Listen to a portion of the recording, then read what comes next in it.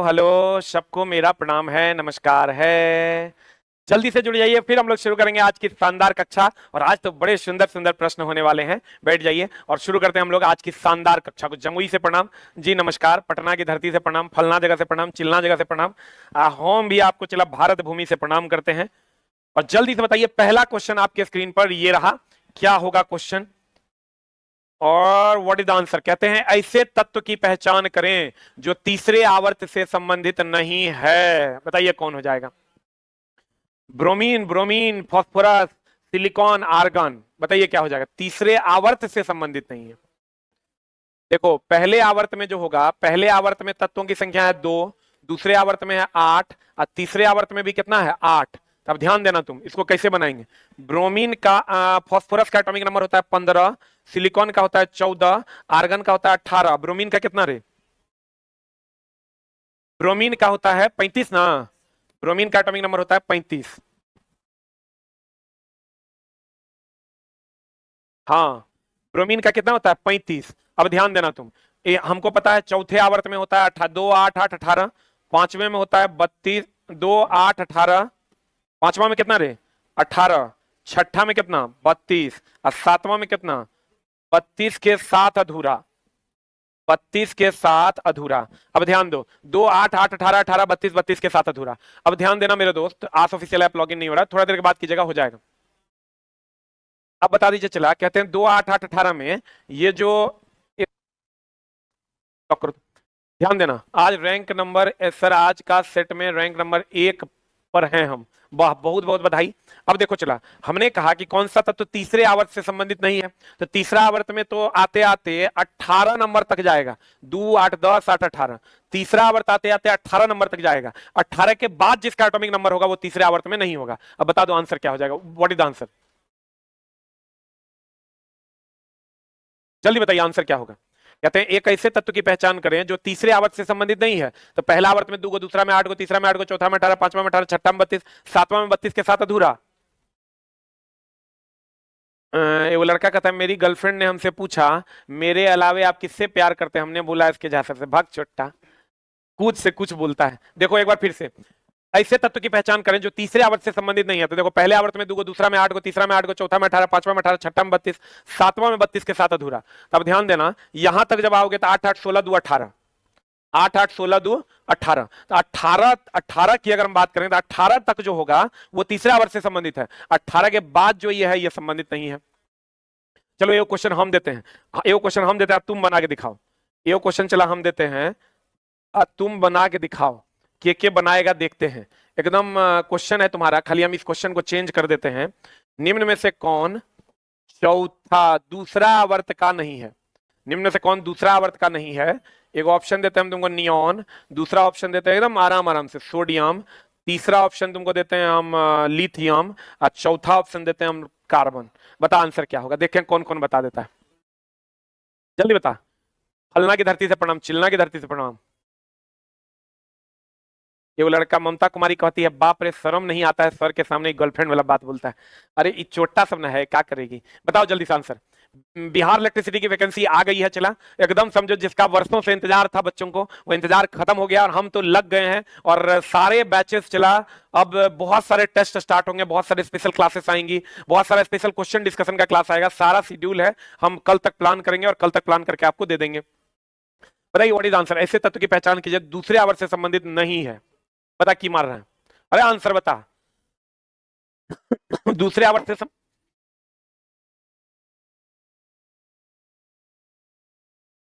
Hello hello hello hello hello hello hello.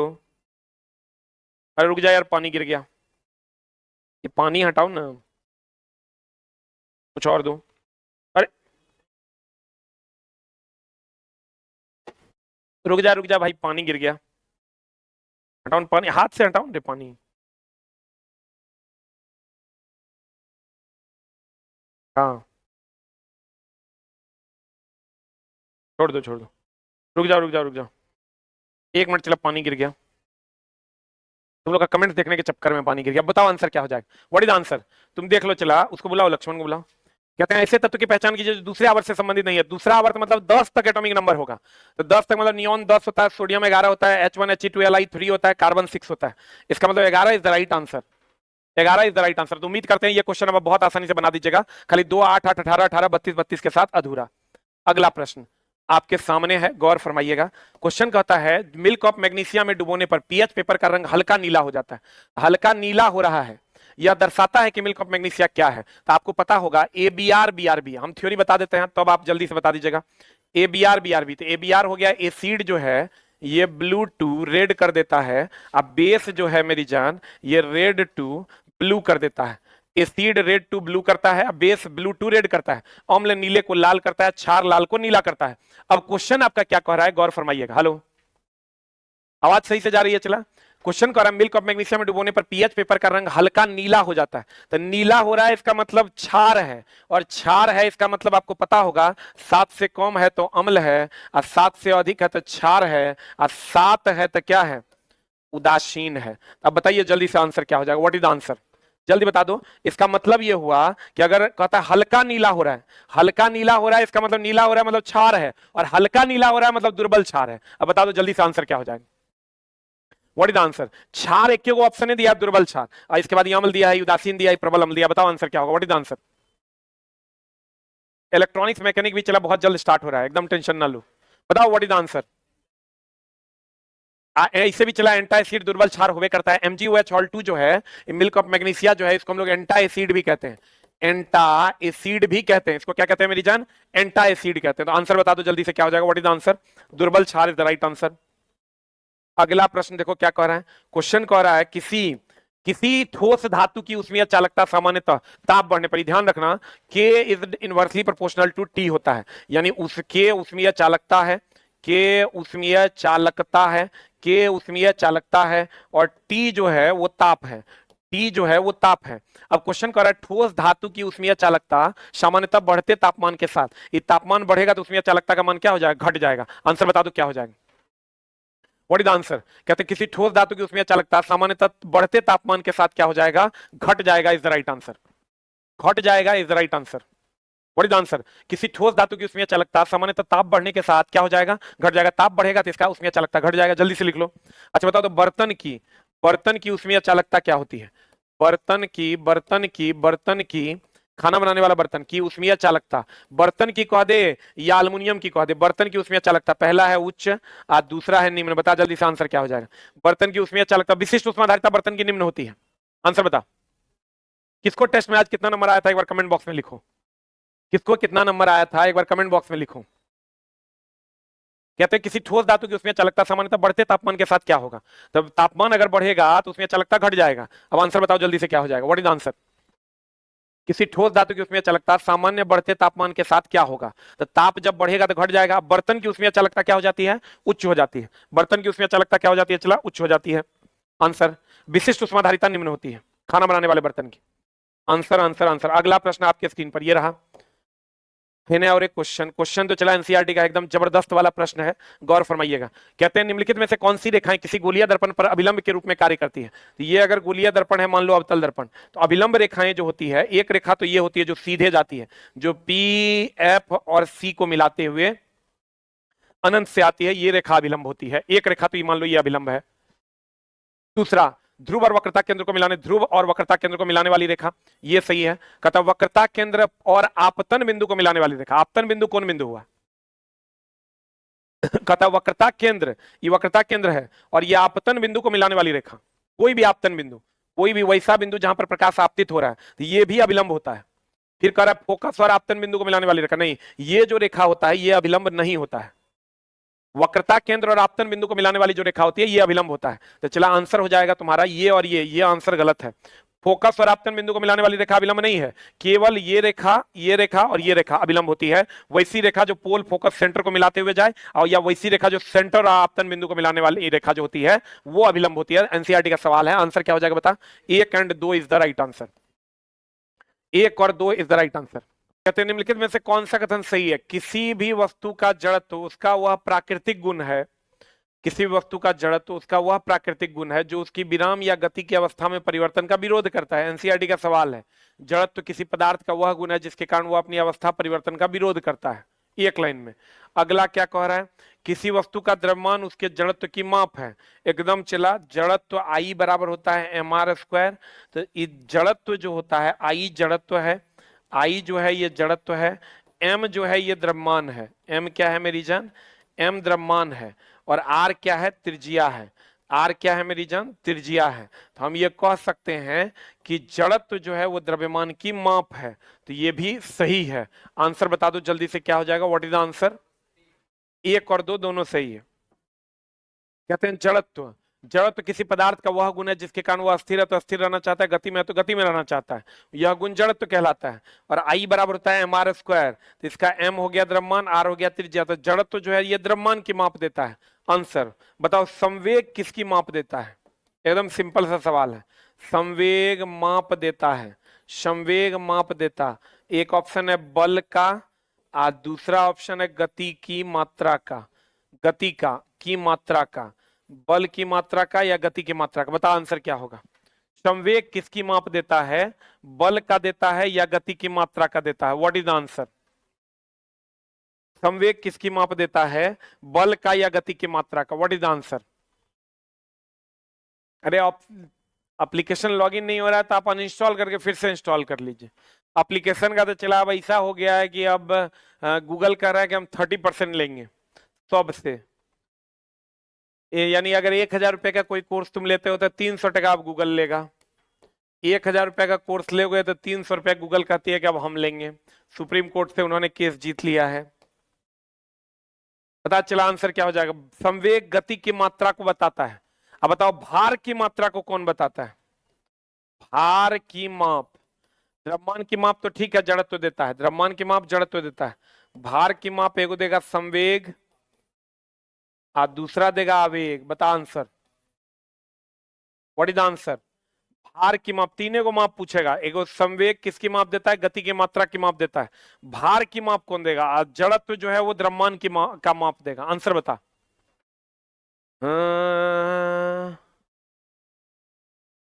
ना ना, उसका कुछ नहीं होगा। चला, जिसका बैच ऑलरेडी डाउनलोडेड है, जिसका ऐप, उसको कुछ नहीं होना। आंसर बता दो जल्दी से, क्या हो जाएगा? भार जो है वो आवेग भार की माप देता है, संवेग गति की मात्रा को बताता है, और जड़त्व द्रव्यमान को बताता है। यही 3 लाइन पूछा जाता है। चला, ये तीनों क्वेश्चन हम आपको अभी बताए हैं। अगला प्रश्न आपके स्क्रीन पर ये रहा। ये क्वेश्चन चला इस बार करंट टीसीएस पैटर्न में है। पादप कोशिकाओं में डैश प्राथमिक रूप से अंगक है जिसमें स्टार्च, तेल तथा प्रोटीन जैसे पदार्थ संचित होते। कौन? बताओ चलिए। क्रोमोप्लास्ट का क्या काम है? ये रंग के लिए उत्तरदायी है। अगर यहीं पर चला क्लोरोप्लास्ट दे देगा, क्लोरोप्लास्ट दे देगा, तो ये हो जाएगा प्रकाश संश्लेषण के लिए जरूरी है। क्लोरोप्लास्ट अगर दे देगा तो प्रकाश संश्लेषण के लिए जरूरी है। क्रोमोप्लास्ट रंग के लिए, ल्यूकोप्लास्ट इसको अवर्णी लवक कहते हैं। इसमें संचित रहता है क्या, या इसको कहें हम संचित रहता भोज्य पदार्थ।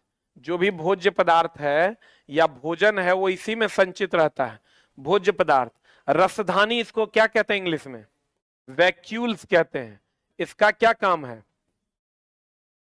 जल का संचय, ये जल का संचय करता है। और अगर हम रसधानी की बात करें तो ये एकल झिल्ली से बना होता है, एकल झिल्ली से बना होता है। रसधानी की अगर हम बात करें तो ये एकल झिल्ली से बना होता है, एकल झिल्ली से बना होता है। देख लो, क्रोमोप्लास्ट रंग के लिए है, ल्यूकोप्लास्ट ये अवर्णी लवक है, ये रंग के लिए नहीं है। ये संचित करता है भोज्य पदार्थ, इसमें संचित रहता है। माइटोकॉन्ड्रिया तो सबको पता है, एटीपी का निर्माण, माइटोकॉन्ड्रिया एटीपी का निर्माण करता है। क्लोरोप्लास्ट प्रकाश संश्लेषण के लिए जरूरी है। आंसर 75 में कितना नंबर? अभी चला कम से कम 35 से 40 के बीच आपका नंबर होना चाहिए। मेरे सेट में कम से कम 35 से 36 नंबर तो आना ही चाहिए।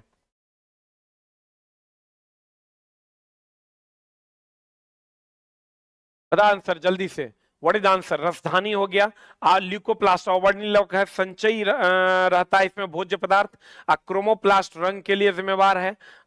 राजधानी हो गया, एकल झिल्ली होता है। ल्यूकोप्लास्ट अवर्णीय लवक है, माइटोकॉन्ड्रिया एटीपी का निर्माण करता है। क्लोरोप्लास्ट प्रकाश संश्लेषण के लिए अनिवार्य है।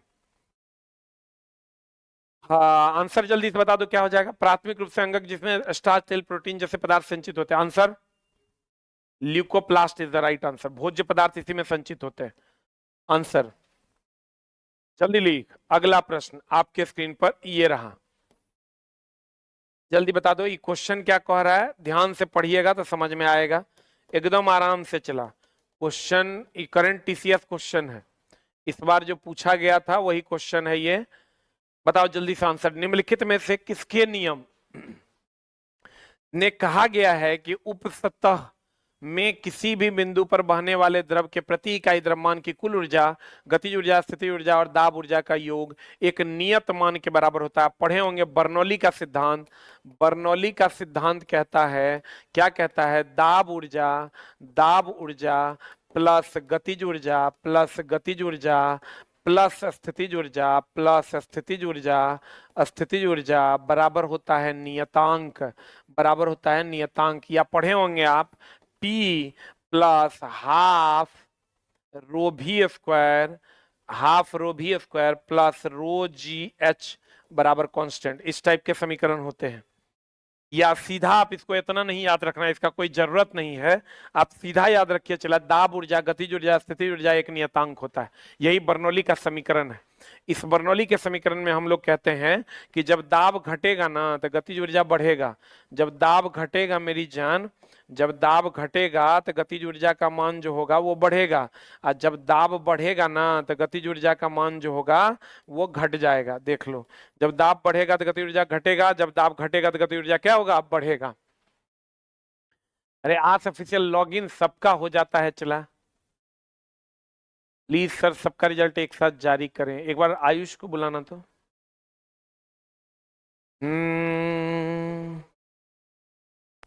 जल्दी बताइए व्हाट इज द आंसर। और चला कमेंट बॉक्स में फालतू का कमेंट्स नहीं करेगा जिसका कोई माई बाप नहीं है।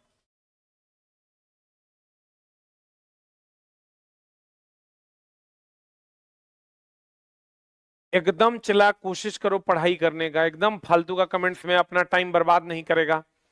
आंसर बता दो क्या हो जाएगा। What is the answer? Answer हो जाएगा चला बर्नौली, डैनियल बर्नौली। टॉरिसेली होगा नहीं।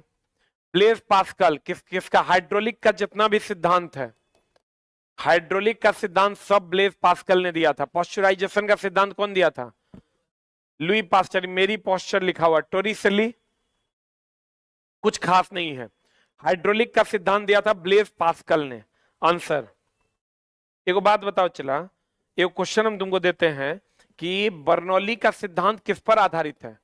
बर्नौली का सिद्धांत किस पर आधारित है? एगो देगा तुमको संवेग संरक्षण, संवेग संरक्षण, और दूसरा देगा तुमको ऊर्जा संरक्षण, दूसरा देगा ऊर्जा संरक्षण। एगो देगा संवेग संरक्षण और दूसरा देगा तुमको ऊर्जा संरक्षण। बताओ आंसर क्या होगा। बर्नौली का सिद्धांत किस पर आधारित है? संवेग संरक्षण की ऊर्जा संरक्षण? What is the answer? संवेग संरक्षण या ऊर्जा संरक्षण? जल्दी बताओ। ये भी याद रखना, किरचॉफ का जो दूसरा नियम है वो भी ऊर्जा संरक्षण है। What is answer? संवेग संरक्षण या ऊर्जा संरक्षण?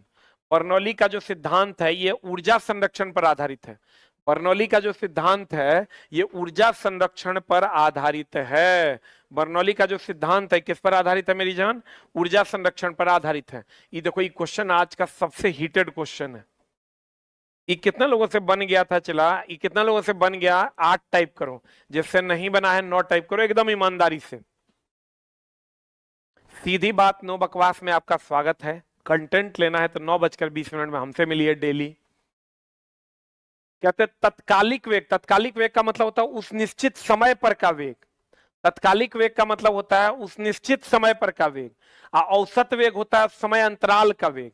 देखो तत्कालिक वेग है ना, तत्कालिक वेग होता है निश्चित समय का वेग, औसत वेग होता है समय अंतराल का वेग। समय अंतराल का वेग, समय अंतराल का वेग। निश्चित वेग तत्कालिक वेग, औसत वेग समय अंतराल का वेग। औसत वेग होता है समय अंतराल का वेग। तत्कालिक वेग, औसत वेग। तत्कालिक वेग हो गया निश्चित समय पर का वेग, औसत वेग हो गया समय अंतराल का वेग। अब बता दीजिए जल्दी से आंसर क्या हो जाएगा। तत्कालिक वेग और औसत वेग तब बराबर होते हैं जब वस्तु क्या होता है, बता आंसर। तत्कालिक वेग औसत वेग तब बराबर होता है, जैसे मान लो 2 मीटर पर सेकेंड, फिर ये 2 मीटर पर सेकेंड, फिर ये 2 मीटर पर सेकेंड। अब औसत निकालिए। अभी तत्कालिक वेग समान है, औसत वेग भी समान हो जाएगा। देखो कैसे, 2 + 2/2 बराबर कितना हो जाएगा, 2। फिर यहां निकालिएगा 2 + 2 अब बट्टा 2 बराबर 2। तो तत्कालिक वेग जो होगा वो औसत वेग के बराबर होगा। तत्कालिक वेग जो होगा वो औसत वेग के क्या होगा, बराबर होगा। बोलिए हाँ। तो तत्कालिक वेग औसत वेग के बराबर होगा जब वस्तु एक समान त्वरण हो, एक वृत्त में चल रहा हो, में परिवर्तित त्वरण हो, शून्य त्वरण हो। यहां त्वरण निकालिएगा तो कितना आ जाएगा, 2 में से 2 गया, 0 आ जाएगा। देखो तत्कालिक वेग जो है इस औसत वेग के समान है, इसमें त्वरण कितना हो जाएगा, एक समान वेग है तो त्वरण का मान 0 हो जाएगा। आंसर बता क्या हो जाएगा, शून्य त्वरण होगा आंसर। अरे आप ऑफिशियल ऐप लॉगिन नहीं हो रहा, अनइंस्टॉल करके इंस्टॉल करो ना। आंसर, तत्कालिक वेग हो गया किसी निश्चित समय पर का वेग, औसत वेग हो गया समय अंतराल का वेग। तो देख लो समय अंतराल में 2 + 2/2 बराबर 2 हो जाएगा। यहाँ 2 + 2 बराबर 2/2 हो जाएगा। तो ये आंसर हो जाएगा शून्य त्वरण इज द राइट आंसर। अगला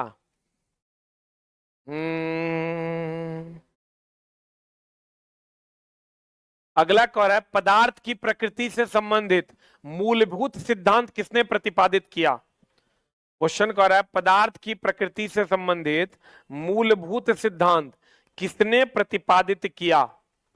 पदार्थ की प्रकृति से संबंधित मूलभूत सिद्धांत किसने प्रतिपादित किया। मूलभूत सिद्धांत दिया था किसने, डाल्टन ने। लेकिन अगर तुमको ऑर्डर कहेगा ना मेरी जान, तो सबसे पहले दिया था किसने, थॉमसन ने। थॉमसन के बाद कौन दिया, थॉमसन के बाद कौन दिया, डाल्टन। और डाल्टन के बाद कौन दिया, रदरफोर्ड। डाल्टन के बाद कौन दिया, रदरफोर्ड। और रदरफोर्ड के बाद कौन दिया, पिछला क्वेश्चन है, अगर मजाक में नहीं लेना, ये एनसीईआरटी का क्वेश्चन है, बोर ब्यूरी ने दिया।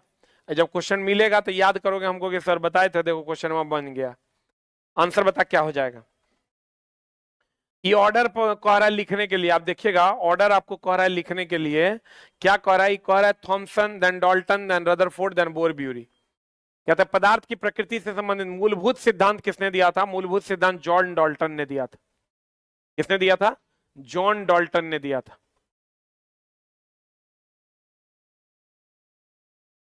जल्दी बता। कभी कभी देता है प्रकृति मूलभूत, कभी कभी देता है बुनियादी सिद्धांत, कभी कभी देता है चला बुनियादी सिद्धांत। तो ये चला एकदम लेवल का क्वेश्चन है। इतना हार्ड क्वेश्चन है, हमको समझ में नहीं आ रहा है। ये चला हार्ड क्वेश्चन नहीं है, ये बहुत आसान है, पढ़ लीजिएगा सब समझ में आएगा। अच्छा कितने लोगों को चला ये 42 नंबर क्वेश्चन समझ में आया, आता है 1 नंबर टाइप करो, जिसको एकदम नहीं समझ में आता हार्ड लगता है 2 टाइप करो। पता नहीं चलता है कौन सा महादेश का क्वेश्चन है। आप चला जी अभी पढ़ाई से जुड़वे किए होंगे इसलिए आपको दिक्कत होगा। कितने लोगों को चला एकदम नॉर्मल लगता है क्वेश्चन, और बनता भी है उससे 60% क्वेश्चन, 60% बनेगा। मेरे टेस्ट का 100% नहीं बनेगा, क्योंकि हम सिखाने के लिए टेस्ट लेते हैं, चेक करने के लिए टेस्ट नहीं लेते हैं। वेरी गुड, देख लो तुम्हारे सामने कमेंट्स है। ये एनसीईआरटी का क्वेश्चन है, पहले थॉमसन फिर डाल्टन, डाल्टन के बाद रदरफोर्ड, रदरफोर्ड के बाद बोर ब्यूरी ने दिया था। आंसर, मेंडल ने आनुवंशिकता का सिद्धांत दिया, लेवाइसिए जन्मदाता जो है, जन्मदाता है रसायन विज्ञान का, रसायन विज्ञान के जन्मदाता हैं कौन, रसायन विज्ञान के जन्मदाता कौन है, लेवाइसिए। रसायन विज्ञान के जन्मदाता कौन है, लेवाइसिए। रसायन विज्ञान के जन्मदाता कौन है, चला लेवाइसिए। अब मेंडल, मेंडल क्या दिया था रे, आनुवांशिकता का जनक कौन है, मेंडल। अनुवांशिकता ये सब जानता होगा। इचला अनुवांशिकता का जनक, अनुवांशिकता का जनक जो है वो कौन था? मेंडल। अब इचला हमेशा ध्यान रखना, पहले थॉमसन, फिर डाल्टन, फिर रदरफोर्ड, फिर बोरब्यूरी इज द राइट आंसर। अगला प्रश्न आपके स्क्रीन पर ये रहा, आ जा रहे ने। चला कहता है निम्न में से कौन सा कथन प्रत्यावर्ती धारा के लिए सही नहीं है? प्रत्यावर्ती धारा, यह लंबी दूरी तक संचारित किया जा सकता है, एकदम सही है। इसका उत्पादन सस्ता होता है, एकदम सही है। इसका परिमाण समान रहता है, नहीं। प्रत्यावर्ती धारा पल पल बदलता है, ये भी क्वेश्चन है। चला, पल पल बदलता है, एनसीईआरटी का क्वेश्चन है।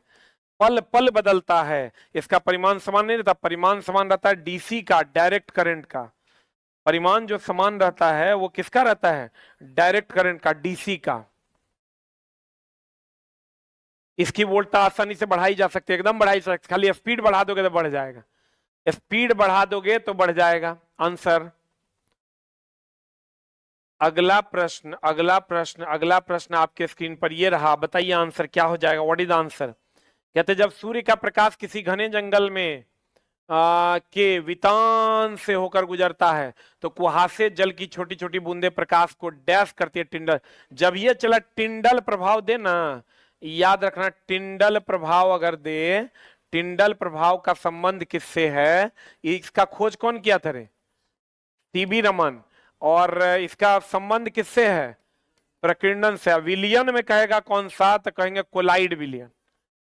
विलियन में कहेगा कोलाइड विलियन। आप कहिएगा ये क्या संबंध है? तो चला देखो, अगर जल भरा हुआ है किसी में पात्र में, अगर ये जल भरा हुआ है तो अगर तुम प्रकाश गुजारोगे, प्रकाश गुजारोगे, अगर जल भरा हुआ है प्रकाश गुजारोगे तो प्रकाश जो है पार कर जाएगा, प्रकाश पार कर जाएगा। लेकिन अगर दूध से दूध दूध भर दोगे, ये दूध भर दोगे और इससे अगर प्रकाश गुजारोगे तो प्रकाश जो है पार नहीं कर पाएगा, प्रकाश पार नहीं कर पाएगा। यही है टिंडल प्रभाव। जल से होकर गुजारोगे तो पार कर जाएगा, और दूध से होकर, यानी दूध कोलाइड विलियन है, दूध से होकर गुजारोगे तो प्रकाश पार नहीं कर पाएगा, क्षय हो जाएगा। अब प्रकीर्णन का मतलब होता है प्रकाश का क्या?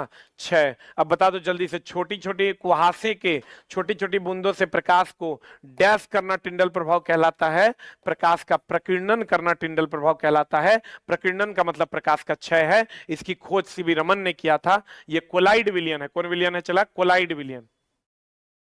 अभी चला, ये मत देखो कि हमको कितना नंबर आ रहा है, अभी ये देखो कि हम कंटेंट कितना ग्रैब कर रहे हैं। लास्ट मंथ में देखना कि कितना नंबर हमारा आ रहा है।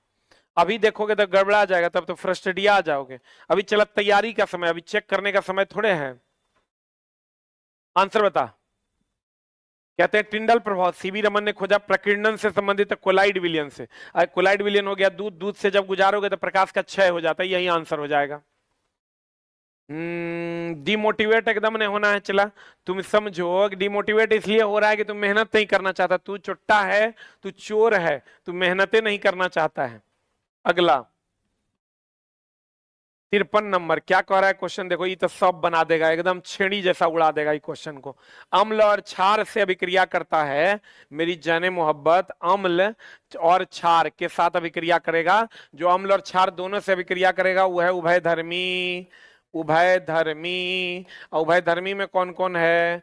Al2O3, ZnO, PbO2, Al2O3, ZnO, PbO2। Answer बता दे क्या हो जाएगा? अभी टेस्ट में चला, नंबर नहीं देखना, अभी सिर्फ पढ़ना है। Al2O3, ZnO और PbO2 is the right answer. ये क्वेश्चन था चला इस बार कि कॉपर पर परत जमता, परत जमता। एक ऑप्शन है Cu2O और दूसरा ऑप्शन है Ag2S। बताइए जल्दी से आंसर क्या हो जाएगा? कॉपर पर इस बार बिहार दरोगा का क्वेश्चन है। चला एकदम उस सब, अभी आप क्वेश्चन नहीं देखिए कि हमसे कितना बन रहा है। जल्दी से बता दो व्हाट इज द आंसर। गुरुजी, हम तो चला एक आध कमेंट्स हम पढ़ देते हैं। आंसर बता दो जल्दी से, अभी चला हम एकदम जल्दी बताओ आंसर। कॉपर पर परत जमता है जो नीले रंग का, वो Cu2O का होता है या H2S का होता है? Cu2O का होता है या H2S? ये जो देख रहे हो, ये चांदी पर जो काला कलर का परत जमता है वो इसी का होता है। चांदी पर काला कलर का जो परत जमता है वो इसी का होता है। आंसर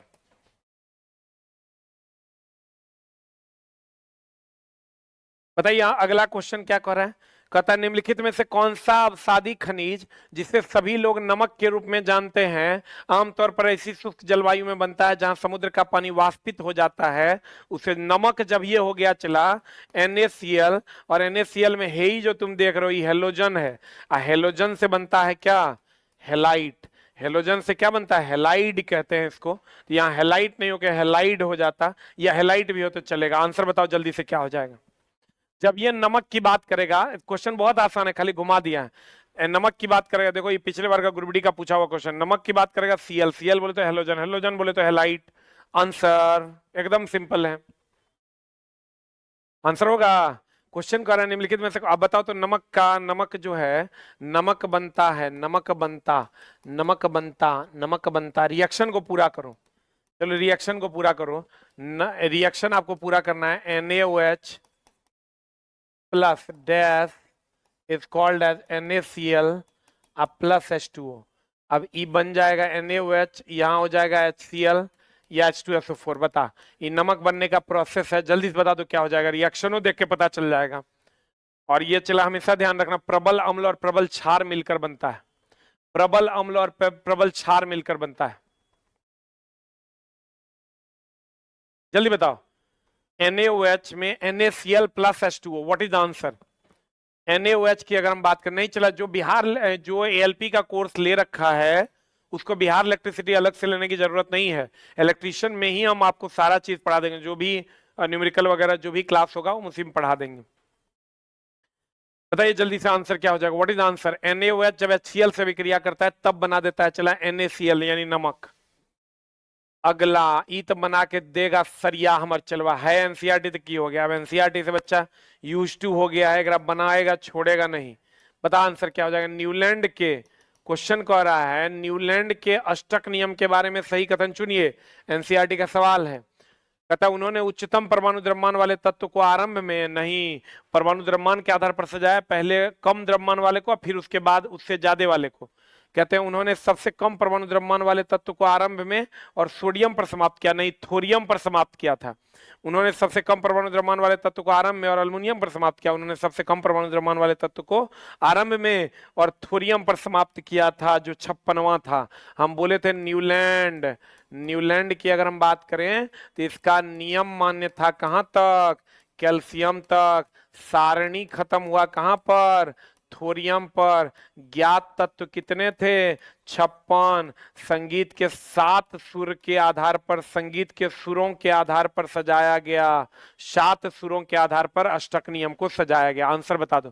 क्वेश्चन देखो बड़ा जरूर है लेकिन हमारे चलवा बना जरूर देगा। आंसर बताओ। D for dog is the right answer. D for dog is the right answer. एगो था, एगो क्वेश्चन चला इस सबसे अलग हटके जो तुमको देगा वो है लोथर मेयर। लोथर मेयर बताओ तो किसके आधार पर सजाया था? लोथर मेयर किसके आधार पर सजाया था? एगो देगा परमाणु भार, परमाणु भार, और दूसरा देगा चला परमाणु संख्या। बोले ऑनलाइन ऑफलाइन का दोनों साथ में रिजल्ट नहीं हो सकता क्या? तीसरा देगा परमाणु आयतन। हो गया है क्या? मतलब अब हो जाएगा। हाँ बता जल्दी से आंसर क्या होगा? What is the answer? Lothar Meyer आयतन के आधार पर, परमाणु संख्या के आधार पर। पक्का ना? हम जुबान दे दे बच्चा को। हाँ ऑनलाइन ऑफलाइन दोनों का साथ में रिजल्ट आएगा बहुत जल्द। परमाणु संख्या के आधार पर चला मोस्ले, अब परमाणु भार के आधार पर हो जाएगा बाकी सब, न्यूलैंड, डोबेलर, मेंडलीफ सब। इसमें हो जाएगा खाली मोस्ले, मोस्ले इसमें आ जाएगा मोस्ले। मोस्ले ने दिया था चला परमाणु संख्या के आधार, बाद बाकी सब परमाणु भार के आधार पर। अगला ई क्वेश्चन का आंसर बताओ। है तो एनसीईआरटी लेकिन चलवा हमारे ग्रह छोड़ेगा नहीं, क्योंकि चलवा के अब भोजन नाश्ता में चलता है। एनसीईआरटी कहते हैं लोहे की पटरियों के बीच छोटा सा अंतराल रख दिया जाता है, एकदम रखा जाता है ताकि गर्मी के दिनों में फैले तो टेढ़ा ना हो। आंसर बताओ। जल्दी बता। लोहे की गर्मियों में फैलते हैं, एकदम दोनों सही है, ए और आर दोनों सही है। आर ए की उचित व्याख्या है, आर ए की उचित व्याख्या है आंसर। बता अगला प्रश्न क्या है। कहते हैं मेंडल के प्रयोग में दो लक्षणों के बीच द्विसंकरण हुआ। मेंडल के प्रयोग में दो लक्षणों के बीच द्विसंकर संकर का परिणाम स्वरूप क्या है, बता आंसर। 9:3:3:1 याद रखना होगा। मेंडल का ये रेशियो है चला 9:3:3:1। हाँ ये जो है द्वितीय पीढ़ी का है और फेनोफाइटिक है। द्वितीय पीढ़ी का होता है और ये फेनोफाइटिक होता है, कुछ खास नहीं है, बस अनुपात है, याद रखिए। कहते कोशिका के अपशिष्ट को निपटाने वाला आत्महत्या की थैली। आत्महत्या की थैली, बता जल्दी से आंसर क्या हो जाएगा। कहते कोशिका के अपशिष्ट को निपटाता है कौन। कोशिका के अपशिष्ट को निपटाता है आत्महत्या की थैली, लाइसोसोम। और राइबोसोम हो गया प्रोटीन फैक्ट्री, जो इंडोप्लाज्मिक रेटिकुलम के रब भाग पर पाया जाता है। और ये प्रोटीन फैक्ट्री, राजधानी अभी तुरंत बताते वैक्यूल्स। माइटोकॉन्ड्रिया अभी तुरंत बताते ऊर्जा, वो एटीपी का निर्माण। माइटोकॉन्ड्रिया ऊर्जा, एटीपी का निर्माण। हाँ आंसर। अगला प्रश्न आपके स्क्रीन पर ये रहा, बता दीजिए आंसर क्या हो जाएगा। What is the answer. Question गौर फरमाइएगा। कहते हैं एक गैर एसआई नॉन एसआई इकाई जिसे नीट कहा जाता है, क्या कहा जाता है, निम्नलिखित में से किस प्रकाशमितीय राशि की इकाई है जिसका उपयोग प्रकाश की तीव्रता बहुलता मापने के लिए करते हैं, बताओ क्या हो जाएगा आंसर। हाँ प्रकाश की तीव्रता जो है, प्रकाश की तीव्रता, प्रकाश की तीव्रता नापते हैं किसमें, ल्यूमेन में। प्रकाश की तीव्रता किसमें नापते हैं, तीव्रता नापते हैं मेरी जान ल्यूमेन में। आपको पता नहीं है तो पता कीजिए, प्रकाश की तीव्रता नापते हैं किसमें, ल्यूमेन में। अगर कहेगा ज्योति तीव्रता, अगर कह देगा ज्योति तीव्रता, ये नापते हैं कैंडेला में। कैंडेला में ज्योति तीव्रता किसमें नापते हैं, ज्योति तीव्रता कैंडेला में नापते हैं। ज्योति तीव्रता किसमें नापते हैं, कैंडेला में नापते हैं। प्रकाश की तीव्रता किसमें नापते हैं, ल्यूमेन में। और लक्स किसका यूनिट है, प्रदीप्ति का यूनिट जो है, प्रदीप्ति का यूनिट होता है लक्स। अब प्रदीप्ति पुंज भी इसको कहते हैं, चला प्रकाश की तीव्रता को प्रदीप्ति पुंज भी कहते हैं आंसर। अगर दे देगा प्रदीप्ति पुंज तब भी हो जाएगा प्रदीप्ति, प्रदीप्ति पुंज अगर दे देगा तब भी हो जाएगा ल्यूमेन। प्रदीप्ति पुंज दे देगा तो हो जाएगा ल्यूमेन। प्रदीप्ति पुंज अगर कहेगा तो ल्यूमेन हो जाएगा। प्रदीप्ति पुंज अगर कहेगा तो ल्यूमेन हो जाएगा। प्रदीप्ति पुंज अगर कहेगा तो ल्यूमेन हो जाएगा। प्रकाश की तीव्रता ल्यूमेन, ज्योति तीव्रता कैंडेला, प्रदीप्ति हो जाएगा लक्स और प्रदीप्ति पुंज हो जाएगा ल्यूमेन आंसर। हाँ ब्रह्मास्त्र बैच। एक बच्चा लिख रहा है इतना आसान क्वेश्चन कहाँ, चला मास्टर तो बनाइए नहीं पाएगा, ये सब क्वेश्चन है थोड़ा आसान लगता है चंदन बाबू, इतना नॉर्मल क्वेश्चन लगता है। अच्छा कितने लोगों को लगता है चला कि क्वेश्चन का लेवल ठीक रहता है, एक टाइप करो। जिसको लगता है कि एकदम आसान रहता है, दो टाइप करो। एकदम बकवास रहता है क्वेश्चन, दो टाइप कर दो। जिसको लगता है कि नहीं सर एकदम बैलेंस को सीट है, एक टाइप करो। कौन है ये लोग, कहां से आते हैं ये लोग। मेरा शादी है फिर भी क्लास देख रहे हैं। अरे चुट्टा पहले शादी कर लो तुम। एकदम आंसर बता दो क्या हो जाएगा। व्हाट इज आंसर, ए की B, B for ball is the right answer. B for ball is the right answer. समझो चला क्वेश्चन का वो स्टैंडर्ड है कि आप पढ़िएगा तो आपको आनंद फील होगा और लगेगा नहीं वो जो हाफ एमबीएफ कर एमजीएच बंद कर दिए हैं हम, कभी कभार एक आध गो आएगा। कहते हैं बताओ खाना पकाने की किस विधि में भोजन की उष्मा के स्रोत पर धीरे धीरे गर्म किया जाता है और आग के संबंध में भोजन की स्थिति के आधार पर उच्च ताप पर वायु संवहन द्वारा पकाया जाता है, बताइए क्या हो जाएगा आंसर। उच्च ताप पर वायु संवहन द्वारा पकाया जाता है, क्या हो जाएगा आंसर। कहते हैं खाना पकाने की किस विधि में भोजन को उष्मा स्रोत पर धीरे धीरे गर्म किया जाता है और आग के संबंध में भोजन की स्थिति के आधार पर उच्च ताप पर वायु संवहन द्वारा पकाया जाता है। वायु से पकाया जाता है, दैट इज रोस्टिंग। वायु से पकाया जाता है ऑक्सीजन की उपस्थिति में, ऑक्सीजन की उपस्थिति, जो हम लोग रोस्टेड चिकन खाते हैं, ऑक्सीजन की उपस्थिति में, ये क्वेश्चन हम अपने जीवन काल में पहली बार देख रहे हैं। ये क्वेश्चन हम अपने जीवन काल में चला पहली बार देख रहे हैं। वैसा वैसा क्वेश्चन देते हैं कि तुम सारा क्वेश्चन सीख पाओ, कम वैकेंसी में भी तुम्हारा रिजल्ट हो पाए। कहते हैं खाना पकाने की किस विधि में, एक होता है देखो, एक होता है रोस्टिंग, एक होता है रोस्टिंग जो ऑक्सीजन की उपस्थिति में जलता है, ऑक्सीजन की उपस्थिति में जलता है। एक होता है जारण, कैल्सिनेशन, एक होता है चला कैल्सिनेशन, ऑक्सीजन की अनुपस्थिति में जलता है, ऑक्सीजन की अनुपस्थिति में जलता है, ऑक्सीजन की अनुपस्थिति में जलता है। याद रखना, एकदम क्वेश्चन पूछेगा, जहर क्वेश्चन। रोस्टिंग ऑक्सीजन की उपस्थिति में जलता है, कैल्सिनेशन ऑक्सीजन की अनुपस्थिति में जलता है। जल्दी से लिख रहा, हम लोग जो खाते हैं चला रोस्टेड चिकन खाते हैं, हम लोग जो खाते हैं वो रोस्टेड चिकन खाते हैं। आंसर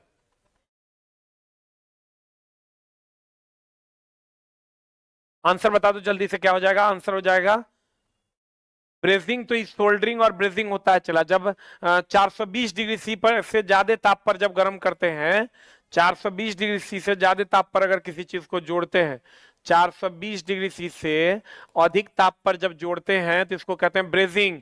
और 420 से कम ताप पर अगर जोड़ते हैं तो इसको कहते हैं सोल्डरिंग, कम ताप पर। अगला प्रश्न आपके स्क्रीन पर ये रहा, बताओ ऊष्मा संतुलन, ऊष्मा संतुलन का कौन सा डिफिनेशन सही है? ये क्वेश्चन चला बताओ, थोड़ा से बनना चाहिए। सूर्य से उत्सर्जित ऊष्मा, पृथ्वी द्वारा अवशोषित आपतित ऊष्मा के बीच संतुलन। सौर विकिरण, पृथ्वी द्वारा अवशोषित आपतित ऊष्मा अब विकिरण के रूप में बाहर जाने वाले ऊष्मा के बीच संतुलन, यही हो जाएगा संतुलन। जो हम अवशोषित करते हैं, जो जाता है, उन दोनों के बीच जो संतुलन होगा वही संतुलन है। कहता है सूर्य से उत्सर्जित ऊष्मा और पृथ्वी द्वारा अवशोषित आपतित ऊष्मा, नहीं, सूर्य और पृथ्वी नहीं, जो ऊष्मा पृथ्वी पर आती है और जो ऊष्मा पृथ्वी से जाती है उसी का संतुलन ऊष्मीय संतुलन कहलाता है। अब कहां से दे बता? एनसीईआरटी से दे रहे हैं, अब अमेरिका के टेक्स्ट बुक से दें?